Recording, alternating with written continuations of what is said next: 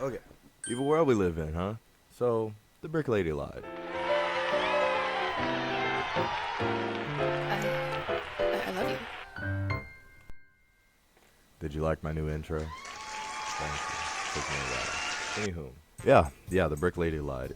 If you've been following this story online, then you know what I'm talking about. If you haven't been following this story online, then let me brief you on it and get you up to speed real quick. So, basically, lady goes online with a TikTok, and that's the first glimpse that you see into this story. TikTok, and she's recording. Her face is swollen. Her face is swollen. She's messed up, right? And she's crying, she's bawling, and she's recording this video saying, I was just at a club, and I was outside of the club when my Uber driver hit me with a brick. How long has it been into the video? How long have I been recording? Has it been enough seconds for me to curse? She says, this nigga in front of everyone, referring to a black man basically. This nigga hit me with a brick in front of everyone. All of these niggas watch, so again, you're to assume that these are all black men. Black men don't ever want to protect anymore, yada yada, etc, etc. She's going on. She just got hit with a brick by a grown man. Why did she get hit with a brick? She says because she denied him her phone number. Now, she says that she was alone, and that being alone, she expected all of these grown black men around her to protect her as a black woman. And that didn't happen. That's the story. That's the story she gave. The title of the video is not wrong. She lied. In fact, that'll be the thumbnail. Me doing this face. Because of the virality of this story, she was able to fund a lot of money on GoFundMe. She was able to get 42K, I think. Around 40K before this like really became a huge thing that people were looking into. I'll put it up right there. I'll put it up right there. Okay. She scammed, basically. She scammed a lot of money from a lot of people who were donating to her for her medical expenses under the guise of she was attacked by a grown man in front of other grown men and not helped. And because of that guilt and because of that sad story, honestly, that's harsh. A lot of people wanted to donate and a lot of people wanted to help. That's admirable. But, you know, she did lie, so there's that. After the police get involved, and after investigators get involved, and after everything is now coming to light, we get the real story. And the real story goes something like this. She goes to the club with her friends, not alone. And when she shows up, she actually shows up with said man who hit her with the brick. They were at the party the entire time together. Her friends say that they were dancing together and getting romantic and seemed to be very close. When they got outside of the club and the party was ending or whatever, she hit him with her open palm, not with a brick, obviously. But she hit him first, starting the assault. So automatically, the victim label snatched right off, okay? Nobody in their right mind. We have to stop the story here. And we have to really break this down, okay? Why a lot of black men are mad is because the story was put out as though a black man, when confronted with, no, you can't have my phone number, picked up a brick, and, you know, who and why? Who does that and why? And why do you think we would do it out of anyone?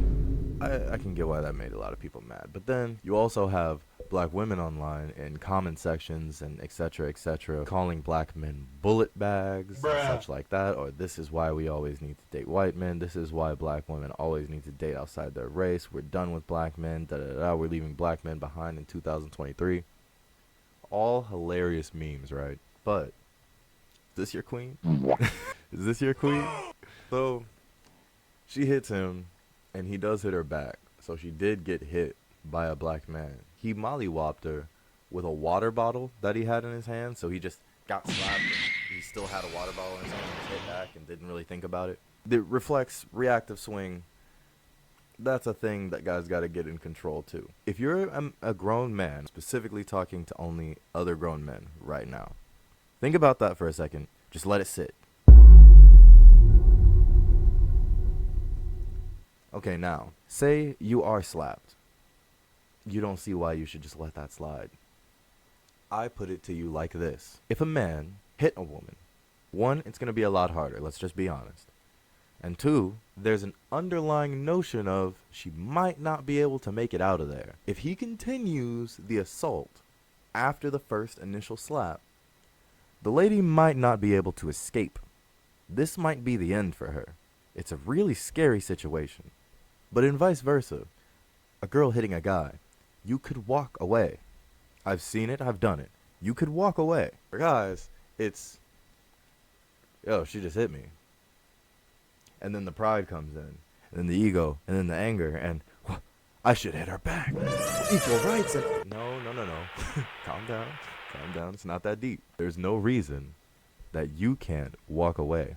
File for assault. Call the police. Do something normal, okay? You're not in danger. You're not in the danger to be reacting like that. But anywho, he was hit first and did have the right to defend himself. Legally. So now this story sucks. Now this story sucks because you have black women saying, we're done with black men. And then you have black men saying about black women, you see why black men date outside of their race? You see why we're only dating white women? Look at what they're doing. And I'm like, whoa. The jump. Oh my God. From both sides, the jump was crazy. Relax. Everyone needs to relax. This black pill, blue pill, pink pill, red pill, whatever, it's not going to solve anything. It's not going to fix anything, and it's not going to help anybody. Here's my perspective. If you want to, as a black man, date a black woman, end up with a black woman, go do that. Nothing is stopping you. In fact, the odds are in your favor. If you're a black woman and you want to be with a black man, go ahead and do that. Go find one. The odds are in your favor. If you're going to go online and let the internet tell you that an entire demographic of people hate you, your demographic of people, they tell you your demographic of people hate you, and you believe that, and you run with that, and you let that stop you from dating people within your own race, congratulations, self-hate. I'm not saying you should only be dating inside of your race. I think that's a pretty extreme take from Dr. Umar. I beg your pardon? I think there are a lot of benefits from dating inside of your own race, but I don't think you should be constrained to only that as if it's some sort of law or whatever. Everyone comes with risks. Every relationship that you get in has the stark potential to embarrass you or to hurt your feelings, because that's what a relationship is. You're putting your whole trust into someone, saying with your whole chest to anyone listening, this is my person. I believe in them. And if they fail me, we fail. If you have a crippling fear of being embarrassed or let down by another race or by the same race, you have to understand that that is a racial prejudice that you carry. However valid or invalid it may be, it is a racial prejudice, and that's for you to deal with. At the end of the day, no one can change your mind, but don't let the internet change it either. I'll see you in the next one. Chi Fa Chi. That was bad. This is that one